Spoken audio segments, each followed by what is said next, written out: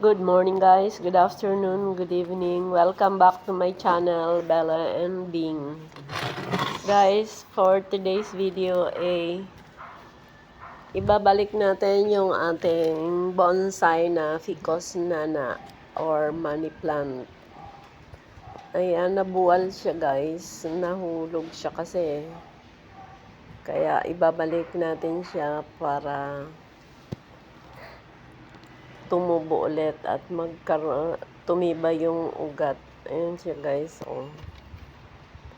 Ngayon, ang gagawin natin is ibabao natin siya ulit. Tanggalan natin ng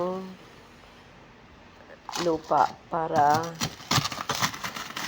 mabaon yung ugat. Kasi mababaw lang guys yung paglalagyan ko. Good para sa mga bonsai. Kasi ang bonsai hindi naman kailangan ibaon ng malalim. Tama lang. Kaya tanggalin muna natin yung excess na ugat. Tanggalan natin siya. Kasi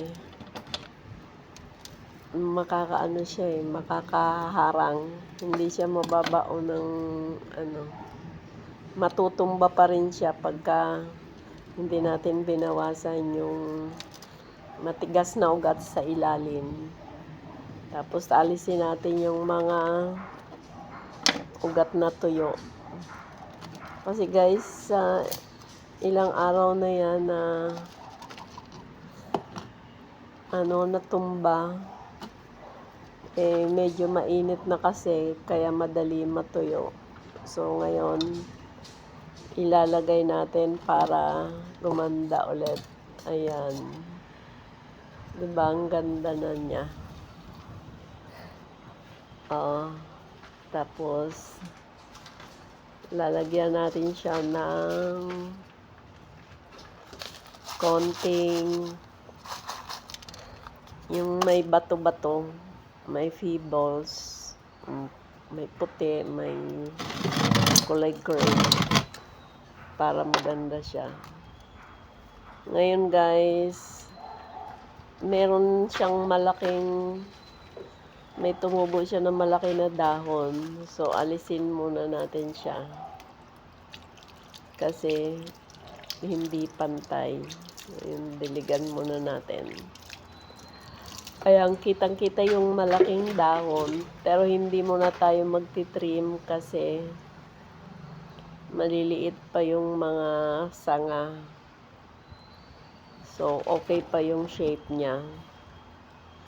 Kaya ngayon, tatanggalin lang muna natin yung yung isang malaki. Ayan, may tumubo kasi siya sa puno na na branch na ano ba tawag doon? Basta may nagsuhi siya sa may puno, pero hindi mo natin siya tatanggalin kasi maliit pa naman. So pagka nasa tamang na siya, tamang edad na, saka natin babawasan yung mga ayan. Pero sa ngayon, parang maganda ba siya tingnan.